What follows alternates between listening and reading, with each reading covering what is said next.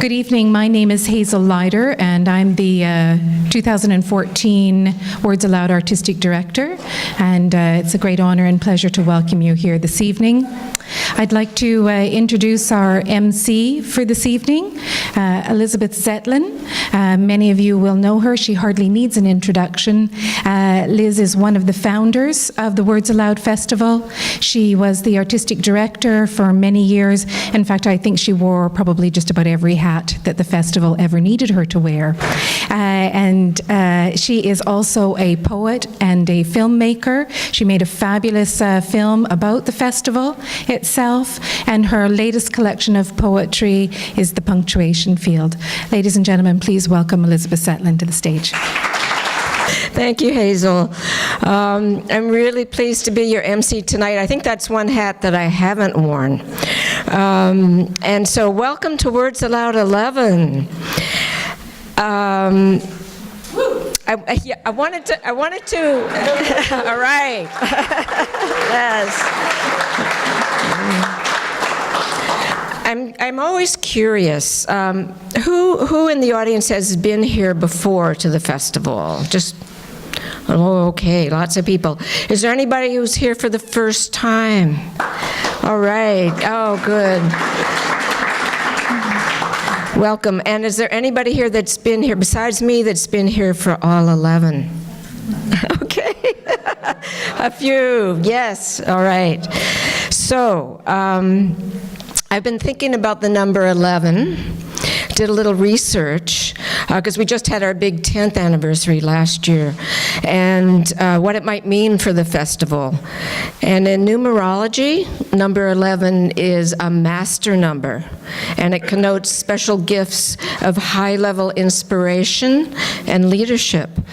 But 11 might be also very challenging in numerology, and I think the organizing team has maybe experienced that. So in cat years, we're 65. And in terms of a human lifespan, we're in a preteen, one of those tweens. So it is a time of transition for the festival. And one thing I did note is that in 3 years, we've had 3 different artistic directors the past 3 years, and next year we'll have a 4th. And it's all good. It's good to go have change, but it can be challenging. So I see us as feisty, a bit vulnerable, and definitely inspiring with the wisdom and vision of so many poets and storytellers, and this year, dancers. It's going to be very exciting. And you may have noticed that we have an empty chair. That's the PEN Canada chair. We support the PEN Canada in its work to free writers who have been silenced. And I think PEN stands for Poets, Essayists, and Novelists. And it's a worldwide organization, and we've been doing this for a number of years. The chair represents all authors who are unable to attend such events as this. And the picture of the author that we're supporting tonight is Raif Badawi, and he's a blogger. To learn more and support PEN's efforts to secure the freedom of Mr. Badawi, please read and sign the petition. It's going to be in the bookstore. Now, I'm very pleased to introduce our special guest who has been at the festival many years. He's now a 3-term mayor of West Grey, a huge supporter of Words Aloud over the years, Kevin Eccles, and we can't thank Kevin enough for his ongoing support. This is a mayor who reads poetry. No, I have to tell you that, yes, do give him a hand.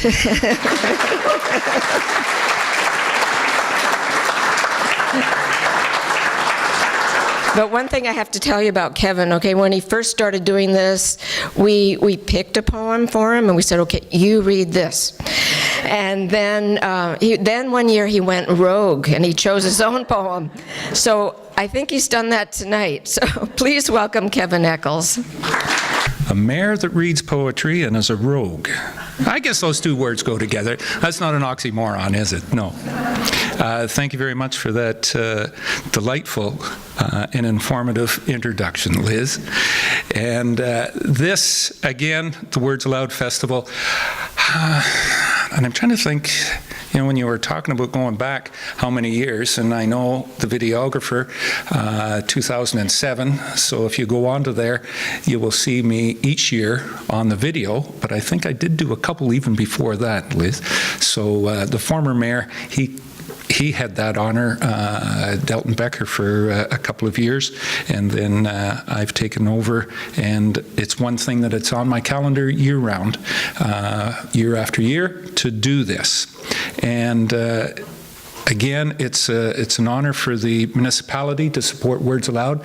It's a great festival.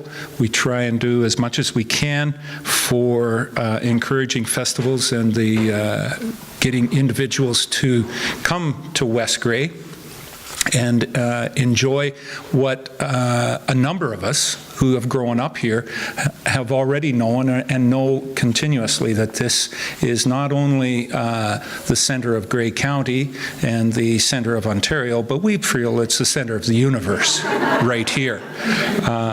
We have a lot of beauty, and even beyond that, we have all are beautiful people that are here too. So for those that are here for the first time, welcome very much to West Grey, and to those ones that are returning, you're returning because you love it here, not only for the Words Aloud Festival, but for West Grey and what it brings. So again, thank you very much, and thank you on behalf of the municipality.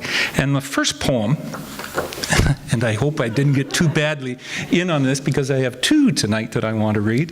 The first poem is about the Saugeen country, and it comes from a poet, Saugeen Sonnets, Wilma M. Coots, who was born and raised here and did a lot of poetry writing. And you can find her books probably over there in the bookstore. Anyways, our hometown. Though you wander in the prairies, to the mountains, to the sea, there's a spot you'll always long for, dear kin.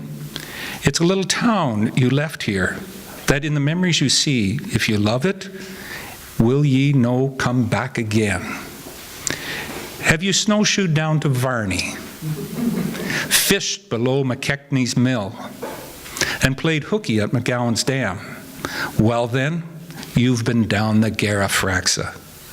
So you know each rock and rill in the valley, and it calls you back again. Have you heard the church bells ringing in the twilight on the hill, where the clear Saugeen comes winding down the glen?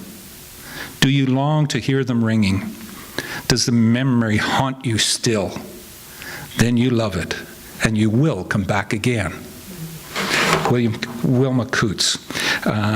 If you ever get a chance, there's so many of these little historical poems that she brings out. I don't think there's many other poets that use Varney in a poem.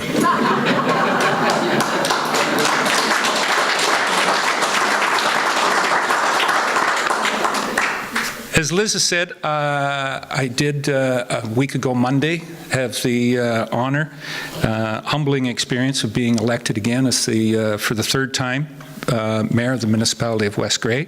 I don't take that lightly, what individuals have bestowed upon me, and I look forward to meeting or exceeding the expectations of the municipality out there.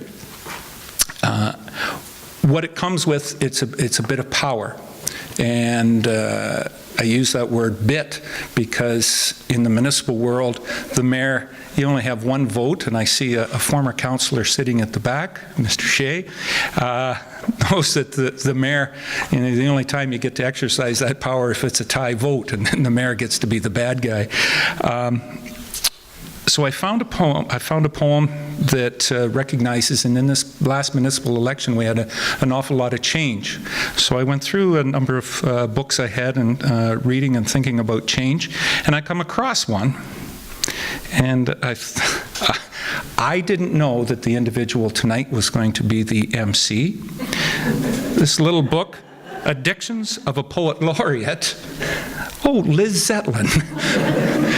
Thankfully, I have got her permission about 15 minutes ago to read this, to recite it for you. Power. The interlude is by Seneca. Most powerful is he who has himself in his own power.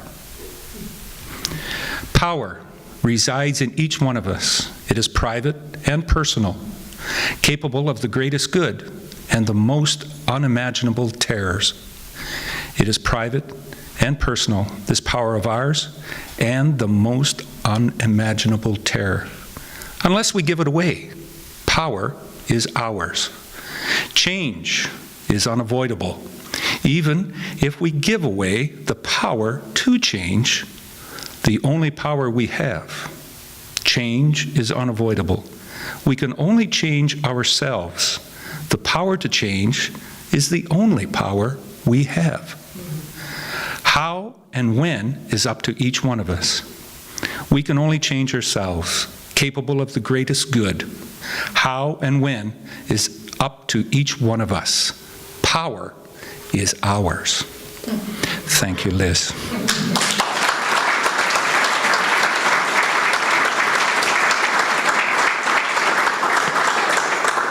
As we go forward with the Words Aloud Festival, everybody enjoy yourselves. I'm going to leave you with one last little quote. Stay right till the end, if you can, or follow all of the poems, or all the recitals, or all the dances right to the end.